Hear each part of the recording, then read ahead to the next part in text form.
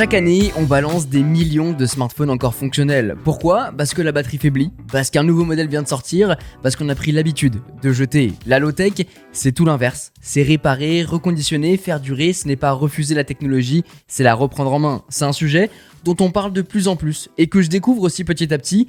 La low-tech, c'est pas juste des gadgets faits en carton ou une vie sans électricité, c'est une autre façon de penser la technologie, plus durable, plus simple, plus accessible. Entre la high-tech qui impressionne et dont on vous parle souvent et la low-tech qui rassure, il existe peut-être un juste milieu à découvrir. Dans cet épisode, on vous emmène à la découverte de projets concrets, de solutions qu'on a testées et de comment, sans forcément tout changer, on peut utiliser la tech autrement. Hello, c'est Quentin et bienvenue dans Bubble, le rendez-vous incontournable pour les amoureux de nouvelles technologies et du design. Comment ça va, vous ? Salut. Ça va, cette intro, elle était banger là. T'as pas pensé à le vendre dans un appareil photo des fois T'as tout donné pour imprimer. La petite référence à l'épisode qu'on a enregistré lundi, Caméra qu'on vous a diffusé. Exactement, où on peut... je vous invite à aller écouter l'épisode. Surtout que le produit est vendu à prix exceptionnel. Comme ça, exactement, à prix d'or. Comme ça, vous saurez tout. Mais ouais, la low-tech, c'est un sujet, je trouve, qui revient de plus en plus sur le tapis, qui est encore tapis dans l'ombre. Let's go. Transition. Mais ça a du mal quand même à trouver son public. Il y a un côté peut-être encore un peu trop écolo, alors que c'est pas forcément le cas. Et en fait, il y a les deux. Et c'est pour ça qu'on a essayé de vous le catégoriser en 3 axes différents. Parce qu'il y a 3 manières finalement différentes de le voir, non ? Ouais. Après, juste par rapport à ce que tu dis, je comprends que c'est un sujet qui est un petit peu de niche, on va dire. Pourquoi ? Parce que c'est aux antipodes aujourd'hui du narratif qu'on nous vend. Et nous, les premiers d'ailleurs, on est créateurs de contenu tech. Donc tout ce qu'on vend, c'est tout sauf de la low-tech et c'est un peu dommage. Mais quoi qu'il en soit, c'est quelque chose qui peut aussi effrayer dans un sens, puisque souvent low-tech est assimilé à DIY, donc beaucoup du do-it-yourself. Donc il y a tout ce genre de choses, je pense, à démystifier. Et je pense aussi qu'il manque potentiellement des voies... Voilà, ça va à l'encontre du narratif aussi des grandes entreprises qui sont toujours là à nous pousser à la consommation. Et on voit que même, par exemple, une marque que moi, je ne chéris pas forcément dans mon cœur, mais Apple, qui arrive à maintenir ses iPhones très longtemps, continue quand même malgré tout de sortir un téléphone par an. Parce qu'il faut alimenter la machine quoi qu'il en soit. Je vais peut-être faire une petite définition de la low-tech avant d'aller plus loin. Ça désigne la low-tech, ça désigne des techniques et des solutions technologiques simples et durables, appropriables par tous. Globalement, contrairement à la high-tech qui est ultra sophistiquée dont tu parlais Mathieu, avec beaucoup de renouvellement, la low-tech met l'accent sur des objets ou des systèmes résilients, réparables et adaptables et accessibles, avec un faible impact environnemental. En fait, il ne s'agit pas de rejeter la technologie, mais plutôt de l'utiliser avec discernement pour répondre aux besoins essentiels de manière soutenable. Et en fait, elle questionne beaucoup l'escalade technologique en prenant un juste nécessaire technologique finalement. Et il y a ça, et il y a aussi la volonté d'aller contre ce qu'on nous impose aujourd'hui. Alors, ce que Mathieu a dit à demi-mot, mais la course au consumérisme, c'est-à-dire qu'on doit toujours être le mec avec le dernier produit, le dernier truc à la mode, le dernier truc avec le plus de fonctionnalités. Et là, l'idée, c'est de dire, OK, est-ce qu'on a vraiment besoin de ça ? Est-ce qu'on n'irait pas vers l'essentiel ? Parce qu'aujourd'hui, on a des smartphones qui font tout. Est-ce qu'on ne veut pas, par exemple, quelque chose qui fait juste ce dont on a besoin pour communiquer dans le cadre perso ou pro, par exemple ? Et tu vois, j'ai parlé peut-être un peu des consommateurs, j'ai parlé des marques, mais il y a un autre aspect aussi qui nous pousse à ça, c'est genre les gouvernements. Moi, j'entends souvent, tu vois, dans les médias, j'entends souvent dire un pays qui va bien, c'est un pays qui consomme. Donc forcément, tu vois, si on se met à arrêter de consommer, direct, on a un pays qui va plus très bien. Tu vois, la France, elle est connue pour être un pays qui épargne à mort. Limite, des fois, c'est pas bien. Peut-être tu as l'impression que c'est un problème, qu'il faut absolument pousser le consommateur à gaspiller son argent. Ouais, et puis il y a des trucs tout bêtes, mais tu parlais de villes, de pays. Un truc comme le critère, donc maintenant qui a commencé à disparaître, la petite étiquette qui classe ton véhicule en te disant s'il consomme plus ou moins et tu peux rentrer dans certaines zones ou pas, qui a été supprimé entre-temps, mais ce truc-là, en fait, te pousse aussi à la consommation parce que les gens te disent, finalement, ta voiture de merde, tu peux plus l'utiliser parce qu'elle consomme trop. Ouais, alors, du coup, tu dois changer, tu vois. Ouais, je mets juste une aparté parce que je pense qu'il y a des gens qui vont, à mon avis, s'arracher les cheveux. Alors, il y a le carburant qui est utilisé, mais c'est pas forcément sur la consommation. C'est aussi sur l'année de sortie de ton véhicule. Oui, aussi, bien sûr. T'achètes un 6x6 AMG qui fait 35 litres au 100, le truc est critère 1, tu peux te garer où tu veux dans Paris. Complètement. Et j'ai l'impression aussi qu'il y avait un truc bizarre, c'est que tu as l'impression que ta voiture, elle est critère 1 et que dans 10 ans, elle sera encore critère 1. Je me suis posé la question, moi, mon véhicule, il est critère 1 parce qu'il est hybride, rechargeable. Mais je me dis, ça se trouve, dans 10 ans, ils vont jamais le dégrader, alors peut-être que le véhicule... Non, mais tu pourras plus rentrer, peut-être qu'il y aura encore de critères qui sont... Mais bon, le cadre de la low-tech, alors c'est vrai qu'on l'avait pas pensé sous l'angle des véhicules, mais quoi qu'il en soit, ça englobe une grosse catégorie de tout ce qui est technologie aujourd'hui. C'est de dire... On est poncé à la consommation pour tout un tas de critères, que ce soit pour avoir les dernières technologies, parce qu'on aime fondamentalement ça, ou parce qu'on veut être à la mode. L'idée, c'est plutôt de dire, OK, de quoi j'ai besoin et qu'est-ce qui me suffit et sur quoi est-ce que j'ai besoin de concentrer un intérêt particulier pour un matériel ou pour une demande spécifique en fin de compte. On risque d'aborder, nous, ce podcast sous le prisme de la tech parce que c'est vraiment la thématique qui nous parle beaucoup, mais la low-tech, ça englobe beaucoup de choses, notamment aussi en termes de matières premières. Tu vois, en préparant ce sujet, je me suis beaucoup renseigné, j'ai regardé des reportages low-tech et tout, et on peut même parler de choses comme la brique de terre crue pour la construction. Voilà, ça touche l'ensemble de tout ce qu'on peut faire dans notre vie, que ce soit la nourriture, la construction, etc. Donc, c'est vraiment tout un ensemble. Ça rentre dans ce qu'on qualifierait aujourd'hui de sobriété énergétique, notamment. Ouais. On a l'impression que c'est assez récent comme effet de mode. Mais il y a cette notion de low-tech, elle s'enracine dans les réflexions des années 70, où il y a des penseurs comme E.F. Schumacher, Ivan Illich ou Murray Bookchin qui défendaient déjà des techniques intermédiaires un peu plus libératrices, conviviales, des trucs comme ça. Et c'est aussi dans plusieurs bouquins. Je pense à Philippe Biou qui est l'auteur de L'âge des low-tech, qui est sorti en 2014. Il y a aussi le Low-Tech Lab qui a été fondé en 2013. Donc différentes initiatives qui ont notamment été popularisées en France. Et une autre, on va parler aussi d'un autre projet qui est désormais mondial et qui est aussi un petit peu implanté en France.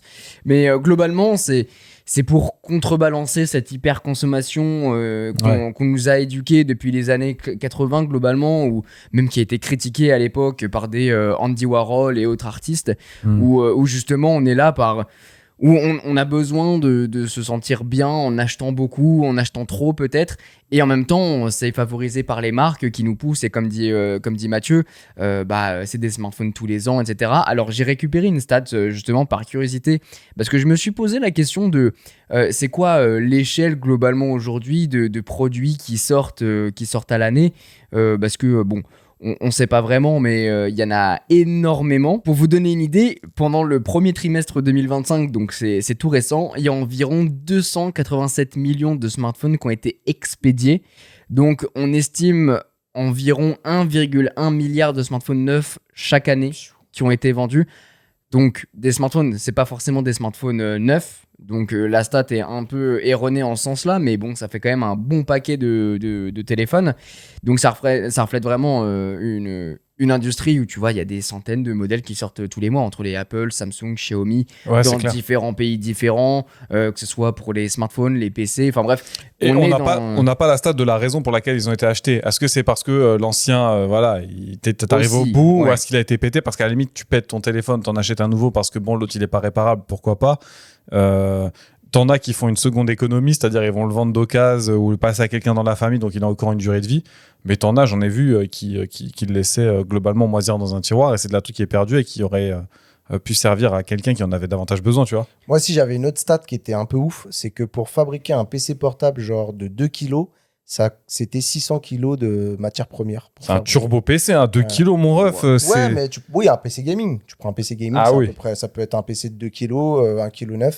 Mais en tout cas, ça prenait 600 kilos de matière, ou une box Internet, c'est 500 kilos de matières premières. Et il y a un autre problème, il y a un problème éthique là-dedans, puisque tous les métaux rares qui permettent aujourd'hui de faire certains composants, le lithium pour les batteries, le cobalt, tout ce genre de trucs-là, c'est issu d'une chaîne d'approvisionnement qui est parfois... douteuse dans le respect des travailleurs, de certaines conditions de travail, notamment Centrafrique, avec potentiellement des mineurs qui sont exploités dans des usines des enfants, des enfants dans des carrières pour miner ce genre de trucs là. Donc il y a aussi, si vous n'êtes pas impacté par les enjeux plutôt, on va dire, monétaires, et pour l'aspect pécunier de la chose, au moins, il y a essayer de penser à l'aspect éthique de la chose, de dire, bah voilà, j'encourage peut-être une économie qui est parfois un peu douteuse dans la source de ces matières, quoi. La low-tech, c'est remettre la technologie à sa juste place, comme vous le dites bien. Elle cherche des solutions simples et ingénieuses, justement, pour essayer d'assurer durablement un peu notre futur, finalement. Et elle s'inscrit, en fait, dans une vision un peu plus humaniste, où l'utilisateur devient acteur. Vous allez le voir, on va en parler, que ce soit réparer, que ce soit reconditionner, que ce soit établir des nouveaux projets, conceptualiser de nouvelles choses. Moi, j'ai vu beaucoup de bienfaits. Et je trouve que ce qui rime le plus avec low-tech, quelque part, c'est innovation. Parce qu'il faut faire preuve d'ingéniosité pour repenser un truc qui est fait peut-être dans des grosses boîtes de masse, etc. Il y a tout un tas de choses qui sont bien faites. Encore une fois, l'idée, c'est pas forcément d'opposer. Et moi, c'est ce que j'ai vu et que j'ai trouvé très intéressant. Les acteurs de la low-tech disent qu'il faut absolument pas forcément opposer la high-tech et la low-tech. C'est juste qu'il faut faire preuve d'un concept que j'ai beaucoup aimé qui s'appelle le techno-discernement. C'est-à-dire que est-ce qu'à un moment, on a besoin de high-tech parce qu'en plus, l'un ne va pas sans l'autre, ou est-ce que des fois, on peut juste se contenter de low-tech pour certaines choses? Ouais, et puis pour aller plus loin, et vous allez le voir, ça fait partie d'un des points, la high-tech devient finalement de la low-tech au bout d'un moment. Ouais, bien sûr. De par le reconditionnement qui s'est énormément popularisé, et moi, j'en ai vécu l'expérience. Enfin, j'ai plusieurs produits que j'ai achetés et que j'utilise même quotidiennement qui font partie de ce truc-là. Donc, il y a une sorte de cercle vertueux aussi pour aller de l'avant. Je vous propose de commencer par le premier axe qui est la réparation. Parce qu'au final, c'est ce qui est le plus versé dans cet esprit de low-tech. C'est le premier pilier de cette démarche, entretenir, réparer. Ouais. Au final, c'est mieux de le faire plutôt que de jeter. Je sais que Rewan, t'es un gros aficionados de la réparation, non pas pour le côté techos machin, mais parce que t'aimes bien. Il y a un côté aussi ingénieux, un côté challengeant. Et tu me parlais d'une anecdote récemment où t'es allé à la déchetterie pour toute autre chose. Ouais. T'as trouvé un PC et tu l'as remis en pâte. Alors l'anecdote est vraiment rigolote, c'est-à-dire qu'en fait j'étais en train de faire des travaux chez moi, j'avais globalement vous savez du béton pété, enfin tout un tas de merde à me débarrasser, et pareil, j'avais acheté une batterie pour remplacer un autre PC portable que j'avais récupéré, que j'avais remis à fonctionner. Donc par la même occasion, je me dis, je vais le jeter à la déchetterie parce qu'encore une fois, les batteries, pitié, les jetez pas à la poubelle, il faut les jeter de manière dans des dépôts de récupération, etc. Vous en avez des fois dans les centres commerciaux. Et donc, au moment d'aller vers l'endroit où il y a dans la déchetterie tout ce qui est récupération des batteries et tout, je passe devant un PC et je me dis, tiens, c'est bizarre, il a une drôle de gueule ce PC, c'était une tour avec une fenêtre. Et moi qui suis dans le domaine, je me dis, putain, attends, une tour avec une fenêtre. C'est récent. Je vois un logo Zotac sur le côté, sur la carte graphique. Je me dis, oh là là, mais il y a un mec qui vient vraiment de jeter un PC gamer. Et je me dis, bon, s'il l'a acheté, il doit être éclaté et tout. Donc je vois le mec de la déchetterie. Je dis, écoute, je répare les PC, machin. Celui qui l'a acheté, là, je pense que je peux le réparer ou m'en récupérer des pièces. Ça te dérange de me le filer? Alors, il me l'a donné gentiment. Normalement, je sais pas s'il a le droit de me filer, mais en tout cas, c'était vraiment cool de sa part. Je suis rentré, je l'ai nettoyé, je l'ai branché. J'ai juste mis un SSD parce qu'effectivement, il n'y avait pas de disque dur. Ça a fonctionné direct. Ah et j'étais mais banger. Et en fait, je me suis rendu compte parce que j'ai fait le total après de la config que le mec il avait jeté. Il y avait genre un i7 8e génération, il y avait une carte graphique, une Nvidia GTX 1060 6 Go. Il y avait 16 Go de RAM, il y en avait pour genre 300 balles de config. Et je me suis dit, soit le truc il a cramé, la personne elle n'a pas su comment le réparer, mais s'il y a un défaut, je ne l'ai pas encore identifié, sachant que je l'utilise quasiment 1 ou 2 fois par semaine, puisque c'est un PC que j'ai branché dans le salon du coup. Soit le mec juste, sa config, elle était trop vieille, il en a racheté une, et il s'est dit, je vais me débarrasser de celui-là. Ouais, donc il n'a pas voulu le donner. Donc c'est bien dommage. L'anecdote est folle, et je me suis dit, en fait, c'est vraiment un exemple de fou en se disant, mais il y a là, à la déchetterie, potentiellement, les mecs l'auraient jamais recyclé, c'est-à-dire qu'il aurait été il serait parti se faire broyer ou dans un centre de recyclage, etc. Si tu t'en. Et t'as fait. En plus, je me suis dit, il y a un truc pas logique, c'est que t'as fait la logique, t'as fait l'action de te déplacer à la déchetterie pour le tège. Dépose-le. Enfin, mets un post sur un réseau social, je donne un PC. Ouais, ou même récupérer. Sur le bon coin, genre 0€, venez chercher le PC. C'est ça. Et dans cette logique, je me dis, mais comment il a fini à la déchetterie, tu vois? Et en fait, du coup, je me dis, si vous. La première chose à faire, si vous avez des trucs pétés ou quoi, soit vous sollicitez l'aide de quelqu'un, ou si vous vous en foutez, juste. Globalement, donnez-le. Vous avez des gens qui seront ravis, comme moi, comme d'autres, qui n'ont pas forcément l'argent pour acheter du matériel neuf et qui se feront un plaisir, en plus de bidouiller, pour réparer le truc. Ça me fait une T'imagines petite transition avec un mouvement qui s'est créé notamment aux Pays-Bas, le mouvement Repair Café. Ouais. Je sais pas si ça vous dit quelque chose. Ouais, Non. ouais. Et C'est j'ai un une truc- anecdote avec Repair quelque chose. Je t'en Ah, parle après. oui, grave, je veux la voir celle-là.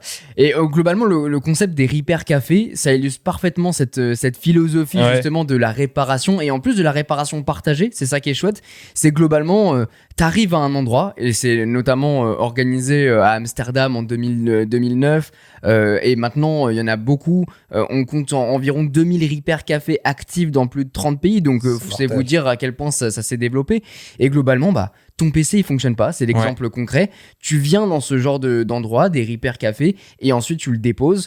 Il y a les bidouilleurs de l'extrême, comme j'aime les appeler, qui sont là en tant que bénévoles dans un lieu Ouais. public généralement, Ouais. et qui vont réparer les objets, donc que ce soit que ça soit cassé ou une panne. Ça peut être des petits électroménagers, des ordinateurs, des vélos, Mais- de l'électronique de manière générale. C'est ce que je découvre aussi avec la low-tech, c'est qu'il y a vraiment un côté remettre du social. Complètement, bien sûr. Faire venir les gens et l'esprit de communauté qu'on retrouve là où finalement, je me suis fait un peu une introspection, là où finalement avec la high-tech quelque part, on s'isole de plus en plus. Pourquoi ? Parce que bah, aujourd'hui, typiquement dans l'épisode précédent, on parlait de lunettes avec de l'intelligence artificielle. Bientôt, il y a des gens qui vont que parler à des IA par exemple. Ouais. Là où la low-tech, elle va rapprocher les gens pour l'esprit de communauté, l'esprit de de partage de savoir. Il y a toute cette chose-là, ne pas perdre aussi également le savoir qu'on a. Et se reconcentrer sur l'essentiel, parce qu'un exemple à la noix, mais si tu as ton smartphone avec toutes les applis sociales disponibles, etc., bah, si tu te débarrasses de ça et que tu as un téléphone qui fait appel, SMS et tes mails et ton agenda, globalement, et tes contacts, bah, c'est bête, mais tu n'as plus le réflexe d'aller le chercher pour la partie justement satisfaction, Oui, les réseaux endorphine sociaux, rapide et tout machin. ça, et juste bah, tu vas profiter de chez toi, tu vas profiter de tes proches, tu vas peut-être faire des activités que en temps normal tu aurais la flemme de faire parce que tu as pris l'habitude de consulter ton smartphone.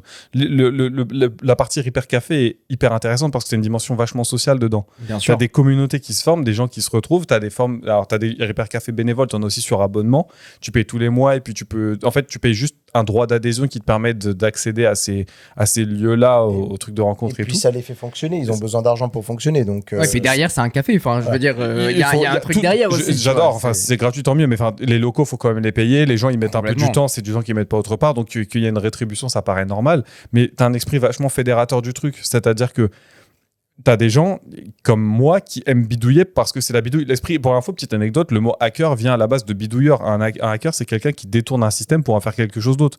Si t'as la blague de tous les hackers, c'est d'arriver à faire tourner le jeu Doom, l'original, sur n'importe quel système. Connecté, sur un frigo, sur un micro-ondes. ouais. Il y en a qui l'ont fait tourner sur des tests de Sur grossesse. des calculatrices. Je te jure, c'est une Putain, folie. c'est ouf. Et l'idée de tourner les systèmes comme ça, bah en fait, tu as des gens qui encouragent juste la réflexion. Et le Repair Café, tu peux même te faire des potes dedans. Tu peux, comment dire, un truc sur lequel tu es attaché ou que tu n'as pas envie de jeter, bah, tu peux trouver quelqu'un qui va se faire un plaisir de le réparer. C'est Tout à fait. typiquement le genre de projet que tu pourrais ouvrir. Nous, tu vois, en créateur de contenu tech, on arrête YouTube demain. J'adorerais de ouf. Tu vois, ouvrir un truc comme ça et. Je suis pas très techos, mais tu vois, ce genre de truc, ce genre d'initiative, Ouais. même ouvrir un café, en fait, c'est un truc Ouais. qui me ferait Un plaisir. vrai café, ta petit expresso Exactement. macchiato, hop, t'as Avec le petit matcha là. Et le mec, il te ressort le Mac des années. Tu sais, le Mac G1. Tu vois, le gros Mac de Je l'époque. veux ça tous les jours. Côté chiffres, on en a parlé un petit peu au début et peut-être que ça vous intéresse. Les Repair Café ensemble ont empêché environ 420 000 kilos de déchets, soit environ 10 millions de kilos de CO2 émis. Ouais. Bon voilà, mais après au-delà de l'impact écologique, et vous l'avez bien dit, ça renforce beaucoup le lien social pour transmettre même des connaissances techniques, juste pour se retrouver. Et C'est très très chouette. C'est clair, et on parle de ça avec notre aspect jeune. Aujourd'hui, bon, avec Internet, on a quand même pas mal de ressources à notre disposition, même si tout le monde ne les exploite pas à 1% de ce qu'on pourrait faire. Mais il faut se mettre en tête aussi que tu as des personnes qui sont plus âgées ou qui sont moins capables de se débrouiller comme nous avec la technologie. Et le fait, déjà, ça encourage les rencontres, de pouvoir à votre disposition de ces repères café-là, ça crée une ambiance conviviale. Et puis, Et même voilà, comme ça, ce genre de savoir, même si à la base, tu étais venu pour faire réparer ton truc, tu pourrais très bien te retrouver à aider quelqu'un d'autre bien sûr. parce que, justement, tu as cet écart Et puis- de compétences ou générationnel. Et puis, c'est pas parce que t'es jeune que face à un tuto YouTube, tu peux ne pas te sentir prêt pour faire, tu vois, Qui le dit, tu... Et bah, tu vois le truc. Donc, tu te dis, je préfère m'accompagner de quelqu'un qui sera là et qui va voir comment moi je tiens c'est le vrai. tournevis ou le fer à souder et qui te dit, non, attends, fais pas comme ça, fais comme ça. Un problème que côté tu aurais pédagogique de ouf. mis 2 jours à Ouais. résoudre en cherchant pendant Ouais. je sais pas combien de temps, bah, tu aurais quelqu'un qui l'a déjà eu et qui te le résout en 5 secondes. Eh ben écoute, de mon côté, moi j'ai pas trouvé de Repair Café. En revanche, j'ai utilisé les connaissances d'internet ouvertes à tous pour réparer différents produits, que ce soit un truc tout bête, mais genre un iPhone avec une batterie qui gonfle. Ouais. Ça, c'est un truc, je pense, les plus traités. Et aussi changer la batterie d'un MacBook Pro de 2011, quelque chose comme ça. Et du coup, il y a des plateformes en ligne qui existent. L'une des plus connues, et moi, ce que j'ai utilisé, c'est iFixit. iFixit, évidemment. Le Qui- kit avec Exactement. tous les tutos et tout, qui sont très très bien faits d'ailleurs. C'est ça, donc c'est ce que j'allais dire, c'est qu'à la fois tu vas avoir des guides de réparation qui sont des guides open source, t'as des vidéos qui te mettent à disposition, et puis après derrière tu peux acheter le matériel, donc tournevis adapté, etc. pour pouvoir mener à bien l'opération, et c'est juste génial. C'est quoi. trop bien. Moi, Et- ce que je vous ai dit, c'est que je l'ai fait sur plusieurs iPhones, je l'ai fait pour changer un écran, pour changer une batterie, pour changer des trucs, enfin Et c'est pre- trop bien. Et quoi. premier degré, quand t'as terminé le truc, t'étais pas trop fier de toi. Genre, J'étais t'avais pas le trop sentiment de fier, dire mais putain, mais. évidemment. Une satisfaction de zinzin en fait. Parce Le que pire- déjà, t'as la satisfaction de dire putain, je l'ai fait tout seul et tout. Et en vrai, c'était pas si compliqué. Et quand tu vois le prix d'un Apple Care et tout machin, tu te dis ouais, lourd. Franchement, lourd de l'avoir réparé, tu vois. Et il y a le côté, tu vois, bon, changer une batterie en vrai aujourd'hui, c'est plus si compliqué. En revanche- Sur un PC, ouais, sur un smartphone. Sur un Aujourd'hui, sur un smartphone, iPhone, je me chierais dessus. Hein. Alors en vrai, ça va. Il y a quelques nappes à retirer, mais c'est pas le si décoller compliqué. de l'écran. Pardon, et tout, par contre- et tout, ouais. C'est pas non, c'est dans la coque, donc en vrai ça va. Ce qui est plus compliqué justement, et on vient à l'écran, c'est quand tu dois le changer.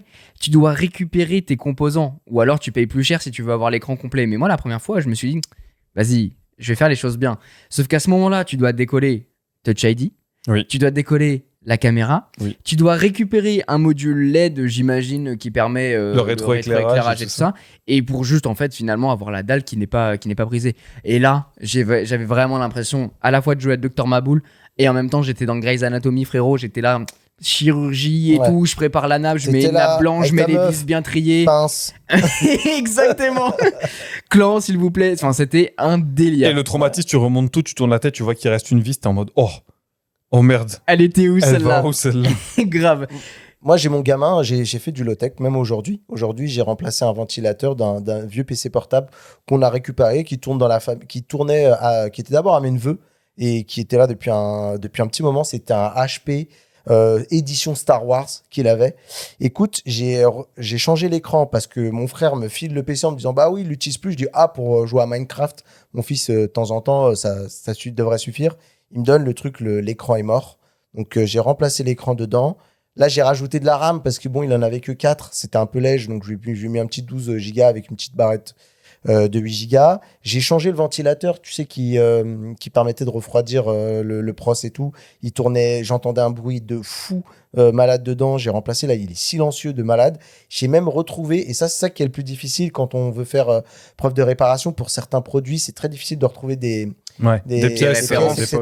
Ouais. J'ai même réussi à retrouver le capot en dessous qui était pété, avec le plastique qui était un peu pété à droite à gauche. J'ai retrouvé sur eBay, je crois, ou un truc comme ça, ou AliExpress, un des deux. Mais j'ai retrouvé un capot en dessous tout neuf qui m'a coûté une 40aine d'euros. Mais tu vois, Voilà. dans ce genre de scénario, là, juste il est lâcher tout un truc propre. sur le bon coin ou sur eBay à 0 euros, Ah. est-ce que tu vas t'en débarrasser par exemple, il peut y avoir des gens Il comme est Mathieu tout- là qui en ont besoin, quoi. Ouais, tout à fait. Et je peux te parler d'un truc qui s'appelait Repair Center, puisque finalement, quand j'y repense, quand je t'écoute, en fait, ma chaîne est pratiquement un peu a été low-tech pendant une période. Repair Center, c'est une histoire très basique. C'est moi, je bossais dans une boîte et en fait, le jeudi midi, on avait pour habitude de faire des foot. Et après, on allait s'acheter vite fait un sandwich pour retourner bosser. Et par hasard, je tombe sur un gars qui m'accoste en caisse pendant que je prends mon sandwich et qui me dit c'est toi Mathieu? Et je dis oui. Et en fait, ce gars-là avait une boutique et en gros, pour faire patienter les gens, À l'époque, il passait Watch, la chaîne où on a été tous les deux, on faisait nos émissions avec Andromag et tout ça. Et en fait, il passait parce que ça parlait de smartphones, etc. Et ils avaient une boutique qui s'appelait Repair Center et qui réparait des smartphones. Et il passait les vidéos de cette chaîne-là en boucle. Exactement. Donc tu passais, il y avait un monde, il y a une méta où dans un Repair Center, ça passait vos têtes c'est ça, H24 en fond. C'est ça. C'est incroyable. Et après, Mathieu a fait beaucoup de vidéos du coup avec cette personne où On a il allait sympathisé. derrière, il bidouillait les et trucs. on est exactement et tout, dans ce que tu disais, c'est-à-dire que de là est née une amitié avec ce gars-là, qui est toujours un pote aujourd'hui. Il a arrêté sa boutique parce qu'il en pouvait plus, il avait trop de taf et tout. Et je crois que même nos vidéos avaient un impact, ça ramenait encore plus de monde. Pourquoi ? Parce que du coup, c'était un gage de confiance, c'est-à-dire qu'il se disait, sûr, si ce mec-là fait des vidéos avec lui, et justement, les vidéos étaient pour montrer comment réparer certaines choses dans les smartphones, et bah du coup il commence à avoir la clientèle qui venait du 78, du fin fond du 77 même des fois, et même pour te dire, j'avais un truc très très gratifiant parce que moi mes vidéos elles sont encore disponibles, on dépannait des vieilles Galaxy Tab S2, tu vois, des téléphones, etc. Et j'ai des gens même qui sont dans des îles genre à Madagascar ou à la Réunion qui nous remercient du fond du cœur parce que eux c'est une tablette pour leurs gamins et ils ont pu réparer leur tablette grâce aux tutos qui sont dispo sur la chaîne. Et un truc qui arrive de plus en plus, c'est et qu'on voit maintenant, qui est maintenant obligatoire sur la plupart des produits qui sont vendus, c'est l'indice de réparabilité. Ouais. Et ça nous emmène du coup vers l'axe 2 dans tout ce qui est conception des objets plus durables, modulaires, écologiques. Donc, alors, d'une part, il y a l'aspect plutôt législatif avec le fait de proposer un score qui permet de savoir si le produit, on pourra le réparer facilement ou pas. Mais tu as aussi des initiatives qui prennent comme cahier des charges, je veux que le produit soit vendu de manière à avoir une durée de vie maximum, et pour ça on va encourager la réparabilité, la modularité, la simplicité, même juste dans les premières étapes de la conception du produit. Moi, le premier exemple que j'ai et sur lequel je peux parler, c'est Framework. Toi, je te l'avais montré à l'époque, Quentin, on en avait déjà parlé. Complètement. Framework, qu'est-ce que c'est ? C'est des PC. Alors, à l'époque, c'était un PC portable, le Framework 13, proposé comme étant un PC modulaire et surtout réparable. C'est-à-dire que c'est un truc, si vous regardez sur Internet, ça a été backé par Linus Sebastian, par exemple, pardon, de la chaîne Linux Tech Tips, putain, c'est dur, qui, lui, a carrément investi dans Framework. Et c'est fait par des anciens de chez AMD, de chez Intel, de chez Nvidia et tout ça, qui se sont tous mis ensemble, et d'autres marques, d'autres constructeurs. J'ai carrément une citation qui est de Nirav Patel, justement, le fondateur et CEO de Framework, qui dit « Nous voulons mettre fin au cycle où le matériel est obsolète avant d'être usé ». Exactement. Et comment il a fait ça ? Il s'est dit, je sais comment ça fonctionne, j'ai les contacts, j'ai de quoi mettre en place des chaînes d'approvisionnement. Et ils ont conçu un PC, donc le premier qui était le 13 pouces. Pour l'anecdote, j'en ai deux, puisque j'en avais deux. Il roule sur là. J'en avais un an, c'était mon PC pro. C'est vrai. Moi, ils étaient tous sur Mac, et j'ai dit, mais les gars, moi, je peux pas bosser sur Mac, ce serait possible, mais ce serait très contraignant. Filez-moi un PC. Donc, j'ai rendu le Windows, et j'ai dit, écoute, si j'ai un budget, je me fais un framework, ça coûte deux fois moins cher qu'un Mac, et pourtant, je suis très content. Et avant ça, j'en avais même un à titre perso, que j'ai toujours, du coup, qui est mon daily aujourd'hui. Et globalement, comment ils ont fait ça ? C'est des, tu as des connecteurs qui sont modulaires. En gros, toute ta carte mère, tu as des emplacements pour mettre des ports USB-C, mais par-dessus, intégré au châssis, tu peux mettre un disque SSD supplémentaire, tu peux mettre un connecteur pour mettre une prise HDMI, tu peux mettre un autre support USB-C. Je trouve ça génial. En fait, c'est un peu, faut l'imaginer un peu comme des Lego où tu vas emboîter des trucs, et là, il faut prendre un PC, globalement, tu le retournes, et c'est comme si tu insérais des clés USB, et les clés USB, en fait, c'est ton port USB, ton port HDMI, Exactement. Et ça, en temps réel, tu peux le moduler. Je trouve ça génial, le concept. Et au-delà de ça, si demain j'ai une couille avec, je sais pas, la RAM, la carte mère ou quoi, j'ai 5 vis en dessous à retirer, je soulève la partie où il y a le clavier. D'ailleurs, je peux même changer le clavier. Si demain je pars au Canada, je peux mettre un clavier canadien si je veux, un QWERTY au lieu d'un AZERTY, tout ça. Et j'ai accès directement à tout. Au point où même, alors, pour l'instant, il y en a que 2 ou 3, je crois, qui existent en termes de génération, mais la carte mère, ils l'ont faite sur un format qui conserve d'une génération à l'autre. C'est-à-dire que demain, s'il est trop vieux, je peux juste changer la carte mère, la mettre la nouvelle, je peux garder ma RAM, mon SSD, etc., parce que c'est pas soudé, c'est les vieux emplacements, emplacements traditionnels, SODI, M2, etc. Donc j'aurai un PC plus puissant, j'ai rien changé d'autre que ce que j'avais besoin de changer, et même la carte mère que j'ai retirée, qui est obsolète, mais qui fonctionne encore, soit j'imprime en 3D la petite, le boîtier pour le mettre dedans, ou alors je l'achète et je peux en faire un autre PC. Je peux en faire un PC fixe. Il y avait aussi un concept comme ça sur les smartphones qu'on a vu, toi et moi, si tu te souviens, le projet ARA de Google. C'était un mec à la base qui avait fait ça dans son coin, qui avait été racheté, je crois que l'idée avait été rachetée même par Google. Ouais, ça avait été C'était tué des dans modules l'œuf. qu'on commençait à pouvoir clipser, on allait pouvoir changer les caméras, il était même question de changer le soc, etc., le Complètement. stockage et tout. Et au final, oui, le projet, alors officiellement, pardon, il a été dit quand le système en fait de magnétisme des modules était pas assez puissant et du coup c'était potentiellement une galère. Officieusement, ils se sont peut-être dit qu'ils allaient se tuer, ils allaient se tirer une balle dans le pied avec ce type de concept aussi. Ce qui est génial, c'est que il y a le côté à la fois facilement réparable, puisque en fait tout est changeable, et il y a le côté aussi hyper évolutif avec le temps, puisque C'est ça. c'est vraiment un contre-courant de ce qu'on connaît du- aujourd'hui, quoi. Et du coup, tu mixes la low-tech avec la high-tech là. Ouais, C'est exactement. la C'est quintessence des que deux. c'est un PC au final que tu vas pouvoir garder 10 ans parce que dès qu'il commence à vieillir d'un point A ou un point B, bah, tu vas pouvoir changer, évoluer ta machine en gardant exactement le même PC, quoi, sans avoir à le changer, à le remplacer. Ouais, tout à fait. Et ce qui est cool, c'est que même en besoin, comment dire, il est grandi avec toi en fait. Moi, depuis que je l'ai, ils ont sorti un nouvel écran, un écran 2,8K, ils ont sorti une nouvelle batterie, il y a une nouvelle génération de processeurs qui sont arrivés. Donc moi, j'ai rien changé parce que pour l'instant, tout fonctionne et que j'avais une config qui était assez costaud de base. Ils ont mis même en place un marché si tu veux les vendre de manière certifiée sur leur marketplace, tu peux le faire directement. Donc en vrai, pour l'instant, ce produit-là, la durée de vie, elle est pour l'instant identique à la durée que la boîte va avoir. Pour l'instant, c'est encore une initiative qui est assez petite. Ça fait quand même 5 ans, je crois, 4-5 ans que ça Ça existe. veut dire ce que tu disais, c'est qu'on peut revendre les modules Ouais. Ah ok. Sur les leur, modules si t'es pas obligé de passer par le bon coin, si tu veux passer par eux spécifiquement, tu peux le mettre en vente sur leur Comme marché. ça, eux, ça leur fait des pièces détachées même pour eux, j'imagine. Alors, je C'est pense pas que eux qui rachètent. Ouais, non, je C'est pense entre pas. particuliers. Ouais, Ok, mais d'accord. c'est c'est pour ceux qui ont déjà des frameworks. Mais quoi qu'il en soit, Ok. c'est plutôt cool. Et aujourd'hui, ils ont une gamme de produits un peu plus étendue. Il y a un 16 pouces qui est sorti, il y a le PC fixe, il y a un 12 pouces qui est un convertible tactile. Vraiment très cool Donc, comme initiative. exactement. On parlait c'est une- aussi du smartphone qui est vraiment le. Attends. Il voulait faire une transition, je crois. Non, même pas, mais déjà, il faut que je ferme ce putain de volet, mais surtout, je vais terminer avec Framework. Vas-y. Euh, Pardon. T'inquiète. Bah, ça a été lancé en 2021, Framework. Donc, c'est quand 4 même ans, ouais. une petite initiative qui est récente, mais a quand même des bases très très solides. C'est pas juste le projet sorti par derrière les fagots.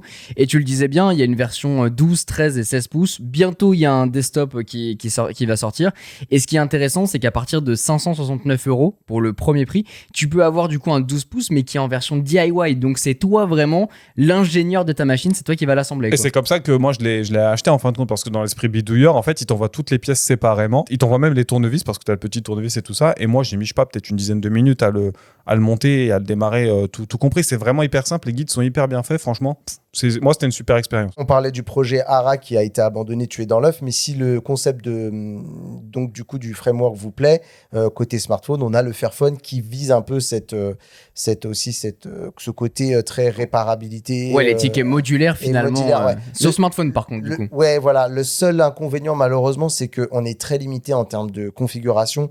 Et souvent, par exemple, pour les gens qui aiment les téléphones puissants, on va dire, là, pour le coup, sont un peu pas très bien servis. C'est souvent des smartphones qui sont, on va dire, milieu de gamme.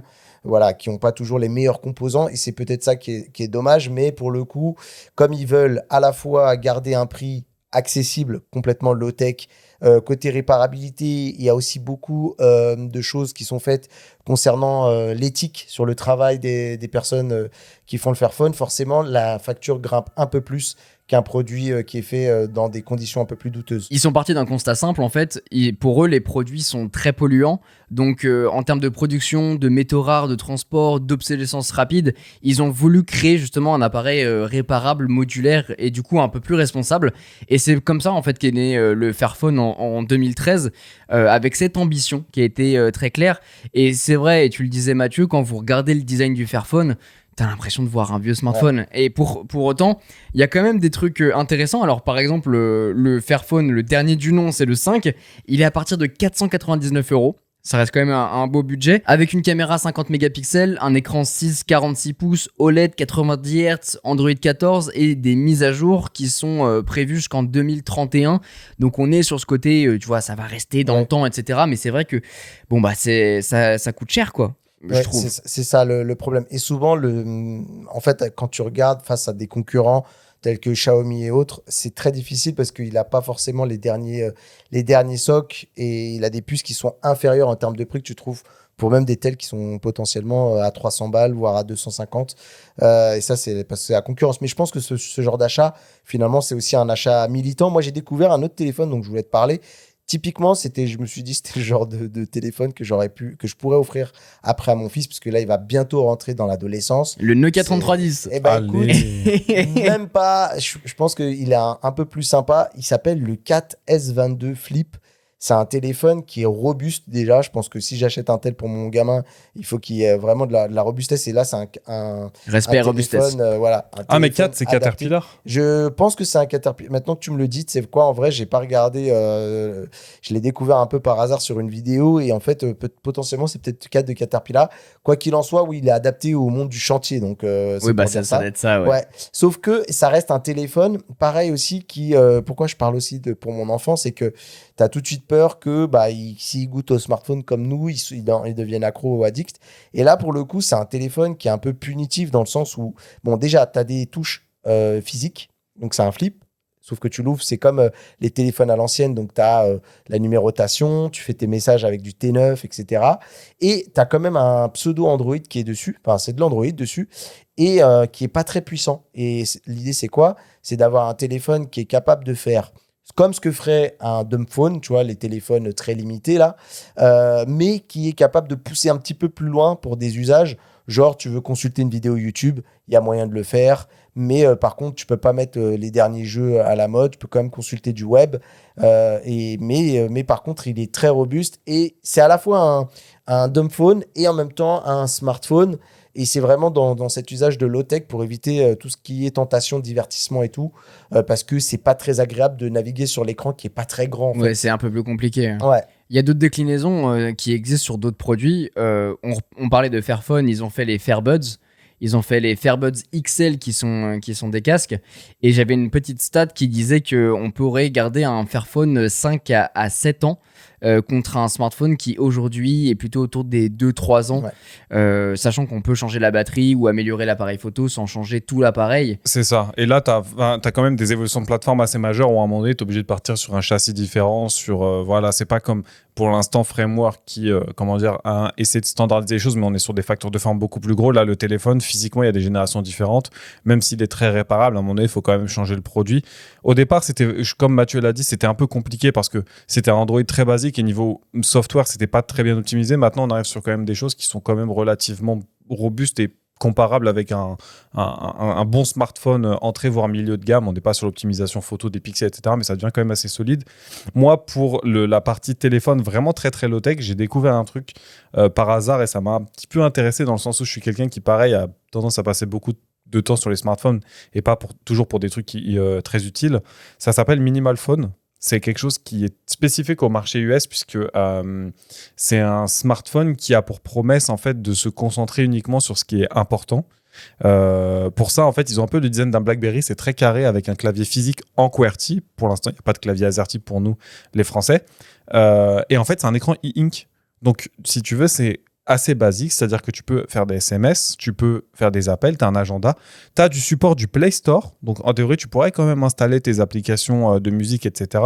C'est pas du Android Air, ce que j'ai compris, ça doit être une couche un peu particulière optimisée pour cet usage-là, mais tu es sur de l'autonomie beaucoup plus longue, tu es sur quelque chose qui te permet, entre guillemets, tu pourras pas consommer du YouTube dessus, tu pourras, mais l'expérience va être dégueulasse, donc en fait le but c'est un peu de se reconcentrer sur l'utilisation primaire d'un téléphone. Par contre, tu es quand même sur des technos assez récentes. Tu as notamment du déverrouillage par empreinte sur le côté, tu as 4G, tu as tout ce que tu es en droit d'attendre d'un smartphone moderne, juste volontairement bridé pour garder ce que fait voilà, du sevrage numérique, garder ce que un smartphone est censé faire, un smartphone étendu est censé faire à l'essentiel. T'as le Lightphone aussi également qui a été testé par MKBHD. Bon, je crois qu'il l'a pas super convaincu, mais qui est aussi dans cette mouvance de. Ce qui me gêne un petit peu avec cette idée, ces projets un peu innovants tournés vers le smartphone, un peu low-tech, etc. En fait, ce que je trouve, c'est ils apportent pas la même démarche qu'un framework par exemple où tu vas vraiment utiliser un vrai PC avec des vraies performances. Là tu te retrouves en main avec un smartphone soit qui a un vrai parti pris mais complètement à contre-courant de ce que tu retrouves dans la high-tech, ou alors tu te retrouves avec un téléphone qui n'est pas vraiment satisfaisant par rapport au rapport qualité-prix de ce que tu peux retrouver derrière. Alors t'investis dans un projet, dans un truc intéressant bien évidemment, mais c'est dommage. C'est deux approches de la low-tech différentes. L'un, c'est de dire on est complètement réparable et on s'engage à vous fournir quelque chose qui aura une longue durée de vie. Et l'autre, c'est low-tech dans le sens on apporte plutôt la simplicité. C'est-à-dire que le produit, tu l'achètes, mais tu l'achètes en même temps pour une démarche de se dire que bah voilà, ce produit-là, il est simpliste et va dans l'axe premier de sa fonction qui lui avait été défini au moment de la création. C'est pour ça que d'ailleurs on fait un peu des zigzags, parce qu'il y a certains produits qui sont peut-être low-tech dans certaines approches, mais qui cochent pas toutes les cases. Typiquement, il y en a, tu vois, je parlais du Lightphone, c'est peut-être plus à vocation au sevrage numérique, là où par exemple le Fairphone, lui, il coche plus de cases sur les sur matériaux le low-tech, et parce tout, qu'il y a, voilà, il y a des matériaux, etc. Dans le même délire, tu avais la gamme, enfin le produit, l'ordinateur portable de Acer, le Vero, qui avait été fait avec une coque et un clavier 100% en plastique recyclé. Ouais, Dell Ça lui aussi a donne ça. ouais, Ils sont tous dans cette tendance-là. t'as un espèce de feeling un peu particulier quand tu le touches, mais le produit est quand même vachement beau, tu vois. Par contre, t'es pas sur un indice de réparation qui est grandiloquent comparé à d'autres produits qui ont été spécialement designés là-dessus. Et il est expédié dans un emballage qui est 100% recyclé aussi. Mais t'as quand même, même de la part des gros acteurs comme Acer, une démarche de vouloir vraiment faire des choses qui sont plus écologiques. Bah, l'idée, c'est vraiment de baisser l'empreinte carbone. Et là, potentiellement, on coche pas encore une fois toutes les phases du low-tech. Donc, après, c'est comme tout. C'est ce que j'ai remarqué aussi dans cette mouvance-là. C'est qu'il y a aussi on va dire, les extrémistes, tu vois, de la low-tech, et ceux qui sont un peu plus dans l'idée, comme je te disais, de la techno-discernement, en disant la low-tech ne peut pas non plus répondre à tous nos besoins, et il faut avoir cette intelligence de se dire, bah, comme tu le disais dans ton introduction qui était très très juste, la low-tech n'est pas forcément synonyme de s'éclairer à la bougie. Donc, il y a ce genre de choses-là. J'ai découvert un truc, moi, stylé aussi dans une vidéo. C'est l'Alpha Smart 3000, qui est un très, très vieux produit, qui à la base On dirait était... une voiture. Ouais, On dirait un truc stylé, 2000. mais en 80, tu vois. c'est Grave. ça, mais c'est typiquement, je pense, un de ces produits qui est sorti, tu vois, dans les années fin 90 ou 90-2000, tu vois, début 2000. Et en fait, à la base, c'était conçu par des anciens d'Apple qui voulaient faire un espèce d'ordinateur très low cost pour le donner accès au plus grand nombre. Et à la base, c'était vraiment pour apprendre à taper, à manipuler un ordinateur. Sauf que le truc, il y a quelqu'un il y a un créateur de contenu dont j'ai oublié le nom malheureusement. Et le gars, en fait, qu'est-ce qu'il en fait aujourd'hui ? C'est devenu son carnet de notes. Et typiquement, il disait que c'est un cas d'usage que les écrivains peuvent utiliser. Tu vois, Oui, ça fait penser à une machine à écrire. c'est ça. Un peu, ouais. Et en fait, tu peux taper ton bouquin sur un tout petit écran, comme tu as pu le voir. On mettra sur Instagram une image du produit.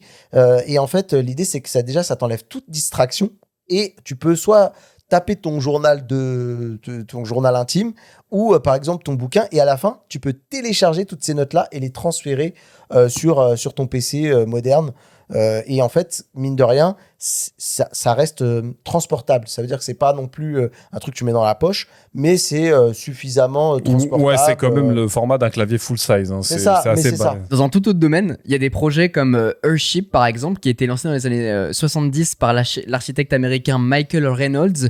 Et son idée, elle est toute bête. C'est faire des maisons autosuffisantes, écologiques et accessibles à tous en utilisant du coup des matériaux recyclés, des pneus, des bouteilles, des canettes et des systèmes passifs en low-tech. Ok. C'est un truc qu'on Earthship, entend. tu dis Earthship, en ouais. mode maison mère. Exactement. C'est stylé. En fait, l'idée, c'est de vraiment avoir des habitations qui sont pensées pour être en dehors du réseau, quoi. Ouais, Donc, autosuffisant. Autosuffisant dans le chauffage et la climatisation qui soit passive, bien évidemment, grâce à l'inertie thermique, soit avec des pneus, soit même carrément ils se mettent sous terre. On peut en voir beaucoup de projets comme ça où c'est une sorte de dôme avec de la terre par-dessus qui garde du coup la chaleur et la fraîcheur. Il y a aussi la collecte et la filtration d'eau de pluie, les panneaux solaires pour l'électricité, les toilettes sèches, sèche, les serres qui sont intégrées pour cultiver les fruits, etc. C'est aussi en fait une vision low-tech, mais du monde de manière générale, quoi, Moi, de son habitation. Moi, j'ai découvert le frigo du désert, un truc c'est des bacs en fait pour garder les aliments au frais. Et le four norvégien aussi également que je connaissais pas pour chauffer des trucs. Et il disait que finalement, ça prenait juste 2 fois plus de temps de faire les choses, mais par contre en termes de consommation et tout, tu t'y retrouves à mort en fait. Et c'est ça aussi que j'aime beaucoup dans cet esprit de low-tech, c'est l'idée de reprendre du temps en fait, d'arrêter de courir. Il y a un rapport en mode, bah ça doit prendre le temps que ça prend. Mais c'est important aussi, c'est ça que j'aime bien. Il y a beaucoup de vertus humaines là-dessus. C'est vrai qu'il y a vraiment un côté humaniste derrière ce projet qui est assez chouette, et ça rentre très bien dans le prochain projet dont je voulais vous parler rapidement, qui s'appelle Precious Plastic. Globalement, le recyclage du plastique, mais qui devient open source.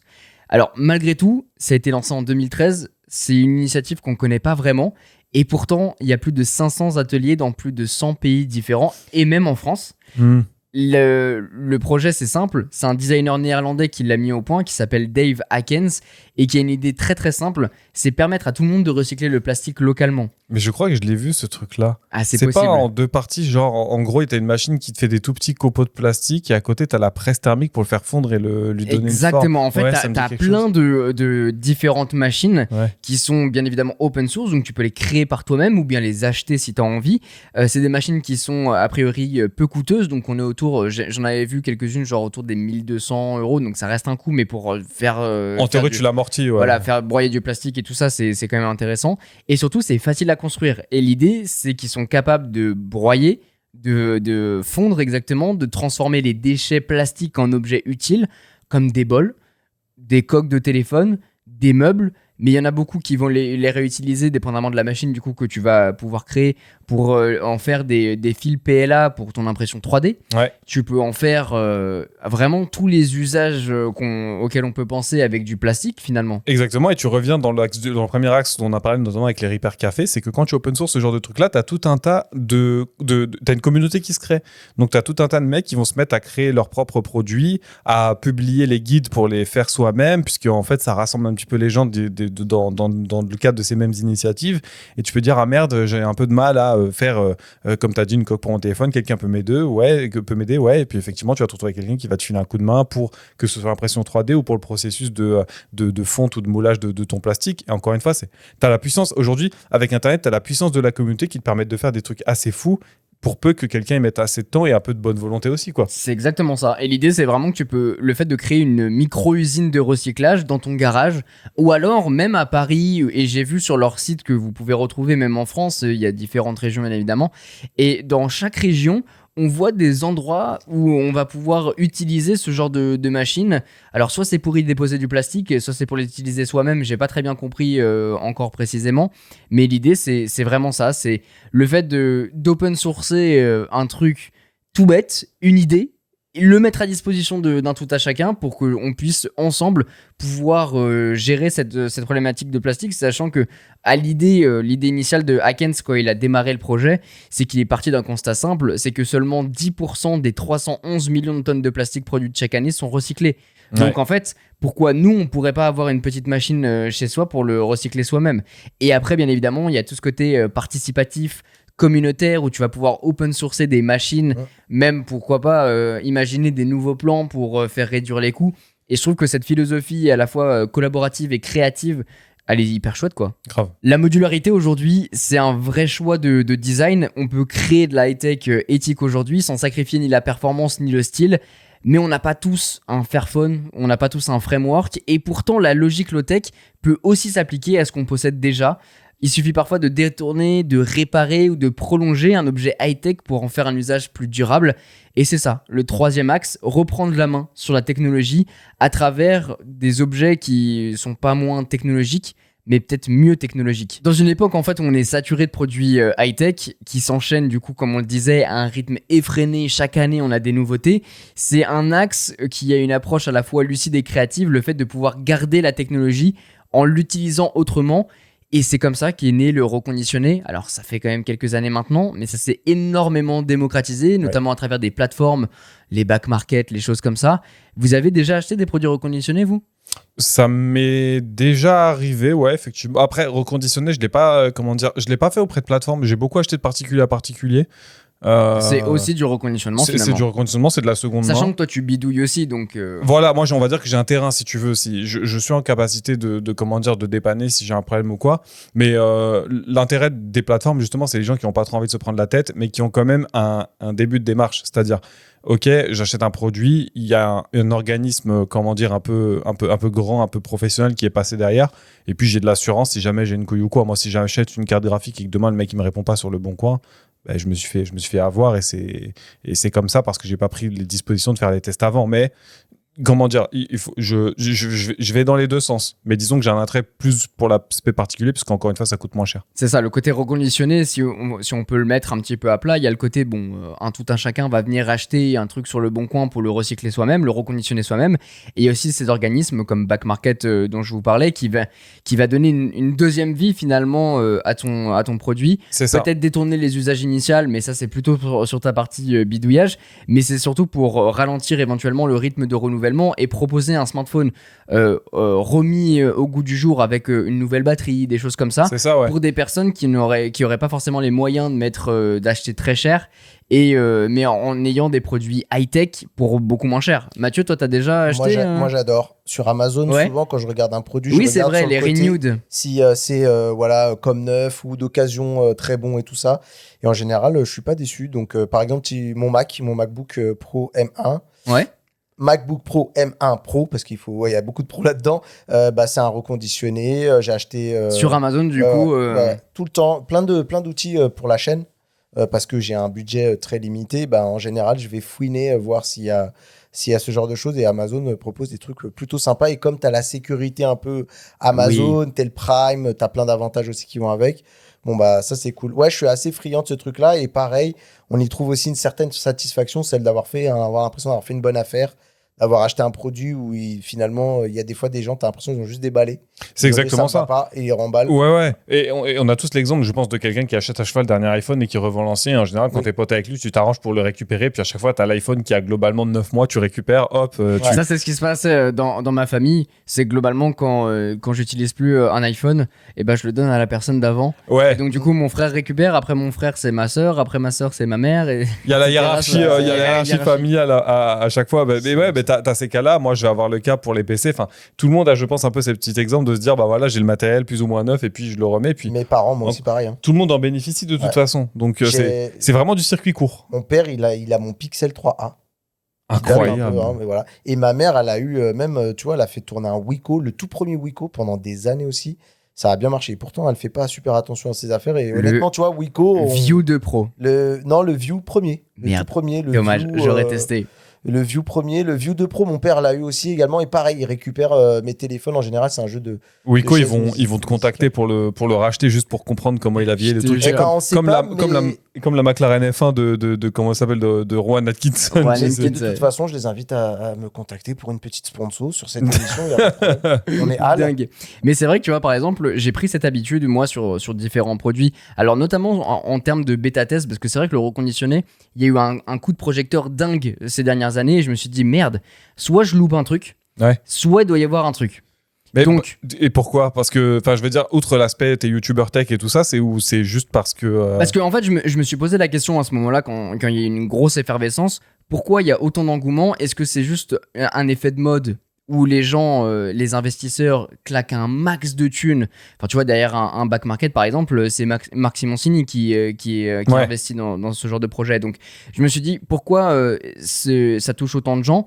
Alors, c'est clair qu'on est arrivé dans un shift où notamment en post-Covid, etc., où en fait les gens, et je le remarque très bien moi sur mes réseaux, ont moins d'argent à mettre dans des produits neufs parce que ça coûte de plus en plus cher. Ouais. Aujourd'hui, un iPhone, un iPhone Pro, t'en as autour des 1 700 €. Allô, on n'a pas 1700, j'ai dit allô comme Nabila, let's go. Mais les gens n'ont pas forcément... Ça se voit que ça t'a touché vraiment à cœur, ouais. Grave, parce qu'en fait, les gens n'ont pas forcément les moyens de mettre autant là-dedans, et donc... En fait, et surtout, il y a moins de... Il y a moins de nouveautés, en fait, d'un modèle à un autre. Et aussi, c'est ça. Et on est arrivé à une sorte de plateau où les innovations incrémentales ont touché un certain seuil. Et au final, avoir le smartphone d'avant, bah c'est tout aussi bien. Ça justifie pas l'investissement de... Exactement. Donc au final, tu vas avoir parfois 200, 300 euros de différence pour pratiquement le même modèle. Et donc je me suis posé cette question, et pour prolonger justement cette durée de vie, je me suis dit, bah tu sais quoi, je vais acheter un iPhone. Ma grand-mère avait besoin d'un iPhone, donc je me suis dit, bah pourquoi pas l'acheter en reconditionné. Je l'ai acheté état neuf, avec l'emballage d'origine, etc. Donc parfait. Il fonctionne très très bien. Le truc à vérifier, et on me l'a beaucoup reproché au début dans ces vidéos-là, c'est que je n'allais pas chercher le pourcentage de batterie. Aujourd'hui, on peut voir la durée de vie de la batterie. Oui, le nombre de cycles et tout ça. Ouais. Le nombre de cycles, et du coup, c'est un truc que au début, je regardais pas, et maintenant, je le fais. Donc, il faut avoir un appareil qui a plus de 95%. Si c'est à 95% au moins, globalement, la batterie, il va falloir la changer. Mais donc, j'ai testé ça. Ça s'est super bien passé.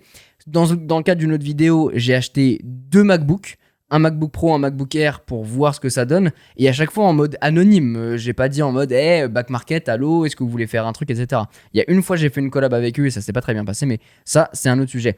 Quoi qu'il en soit, j'ai acheté à chaque fois les modèles, même ceux que back market m'envoyait. J'achetais les autres modèles à côté pour être sûr d'avoir cette transparence en termes d'achat, et à chaque fois j'ai eu une bonne expérience. T'as une bonne expérience, ouais, parce que j'ai mon pote de Repair Center qui a fait aussi une vidéo une fois, donc c'était pas sur ma chaîne, mais qui a fait une vidéo où il comparait les reconditionnés, et parfois tu as des mauvaises surprises. Genre, tu as des pièces qui sont pas d'origine, et ça, c'est un peu chiant. Tu vois, alors, je suis pas allé. j'ai pas bidouillé non, mais les voilà, téléphones. c'est pour ça il faut garder quand même. Exactement, et je vous le dis, c'est un sujet de vidéo qui va arriver sur la chaîne prochainement, où je vais acheter un iPhone, donc le même modèle, sur différents sites de reconditionnés avec les mêmes conditions exactes, pour voir, comparer, faire un petit benchmark. Ouais. Ça, c'est vraiment par curiosité que j'ai envie de faire ça, et puis après, le partager. C'est le but d'une chaîne YouTube au début. Et finalement, il y a un autre produit reconditionné que j'ai acheté et que j'utilise quotidiennement. C'est un appareil Dyson, un Pure Cool que j'ai dans mon studio. Le ventilo le ventilo, ouais. Un truc tout bête, mais je voulais absolument la version noir mat pour se fondre dans le décor. Un appareil qui n'est plus vendu par Dyson, donc je l'ai acheté en reconditionné. Et ça fonctionne très bien. Bien sûr. Ouais. Donc, D'ailleurs, on le voit qu'il y a cette transformation. De plus en plus, tu te posais aussi la question du phénomène. Il suffit de regarder, ne serait-ce que dans la SAP, Vinted, c'est devenu un banger. Complètement, c'est vrai. Moi, tu sais que j'achète pas beaucoup de SAP, mais quand je regarde, maintenant, j'ai sur Vinted. Alors, j'ai aussi autant la démarche de me dire, bon, ça me dérange pas d'acheter de la seconde main.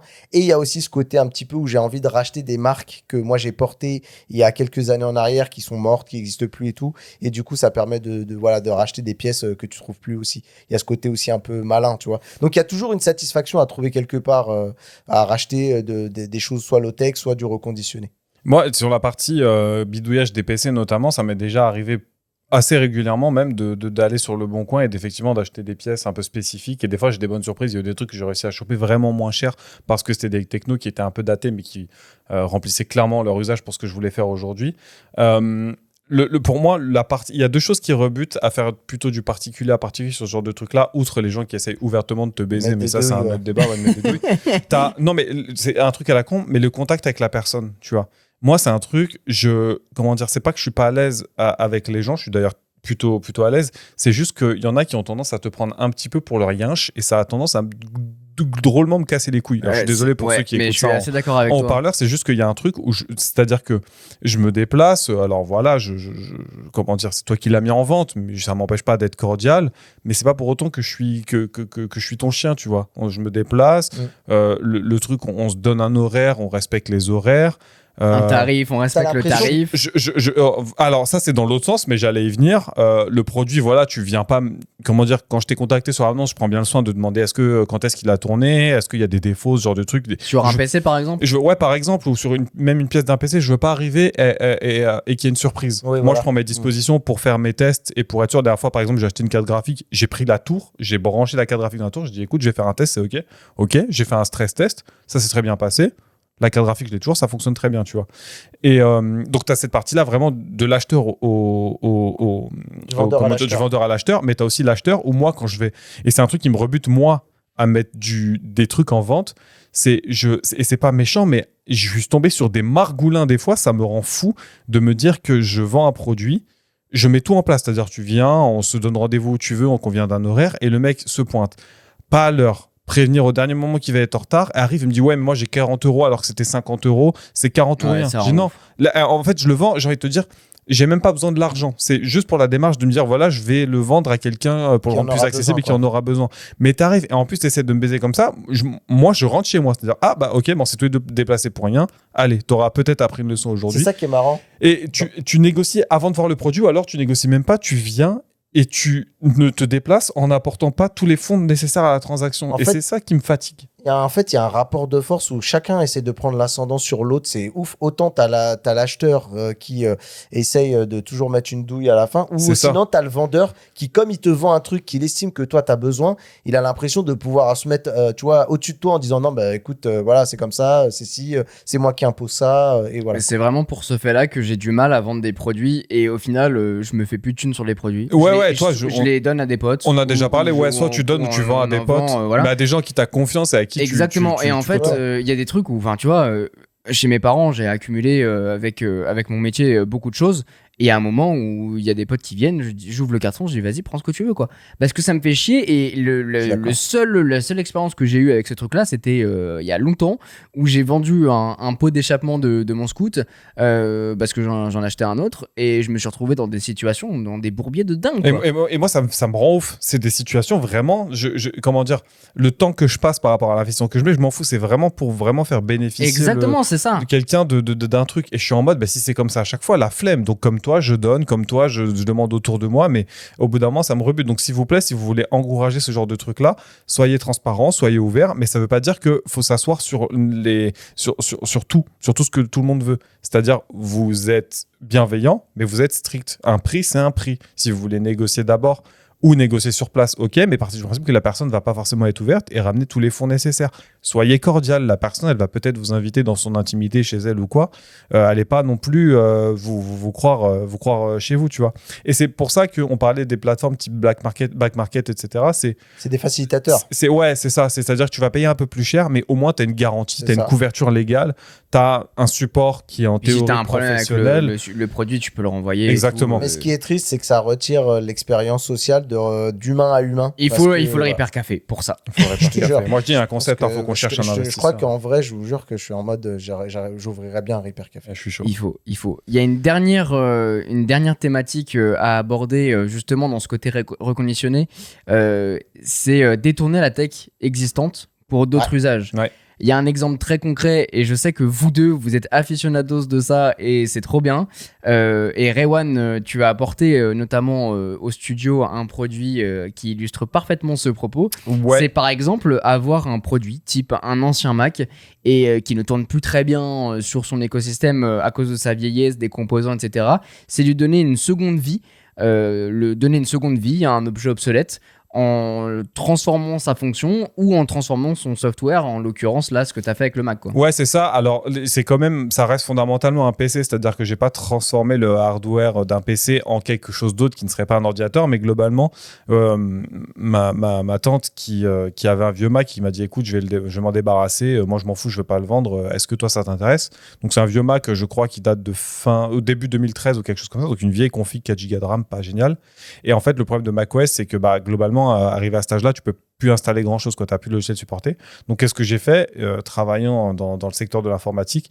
Je l'ai reformaté, j'ai installé un Linux. Donc, pour les plus connaisseurs, j'ai installé du Debian 12 Bookworm. Debian, qui est un système d'exploitation Linux qui est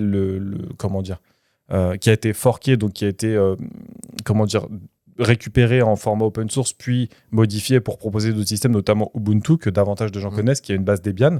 Et en fait, je t'ai montré tout à l'heure, puisque en fait, c'est un PC que j'utilise un peu le soir, qui m'accompagne un peu en mode PC chill, bureautique, etc. Parce qu'il est petit, ouais. Parce qu'il est petit, parce que c'est des Macs qui sont vachement transportables et qui ont une bonne autonomie pour ce que c'est.